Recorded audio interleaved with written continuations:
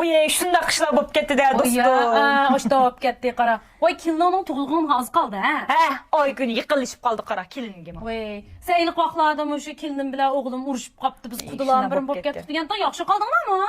Men qara, ajrashtirib bitay degan. Voy, qudam bilan qizning kelini yol vurib adashmışlar. Kevap öyləgə. Qoymuş ağzımdan çıxıb, burnumdan kirib, qınmağan qılıqqamıdı. Bopdu.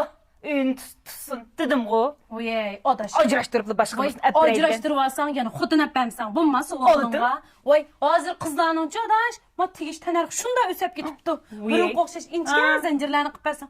Maqul deb tegməydi ki, pərdədək altından əpəmsən. Hər qız yetmən olmaydı ki, hazır qızlar. Voy, bopdu, ulamı yaxşı qalsın, ün tutsun dedim qara. Lekin voy, qudamğa bək içim sıqıldı. Gəqsa qara.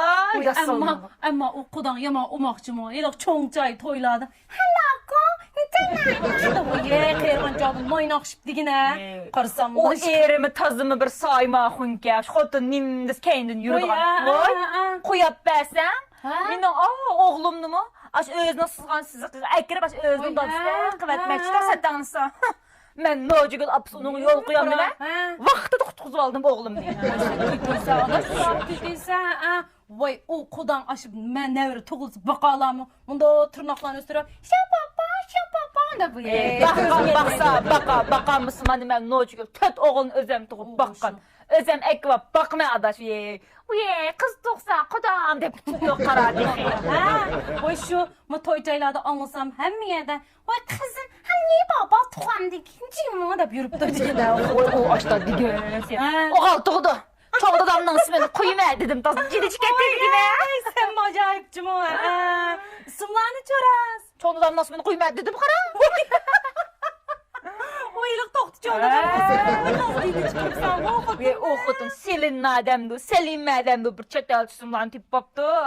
Qudam oturun. Hiç koyğuzmaysa o Şu. Oy, onda deginim bilen nocugün. Muş qudağından pek qatçın baskenmegencim o. Sen türgün muşundaq bir nocugün xotun. O xotunun incime ruqluqi. Vay. Qaçalı qaç. Yürüp. Adaş, çıkıp benim qudam şunda ondan. Nemme desem ağzım qaraydı. Muş nəvirlərinin ismidir mi o qara?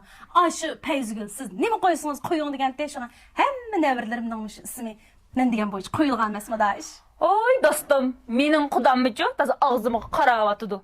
Hem de o öz qandaq isimlerini tapqan boz, oqıgan haq emasmı adaş, ilmi, bilimli, haqla qudam. Şundaq aş islə dəvədə qudu olğan bizim o.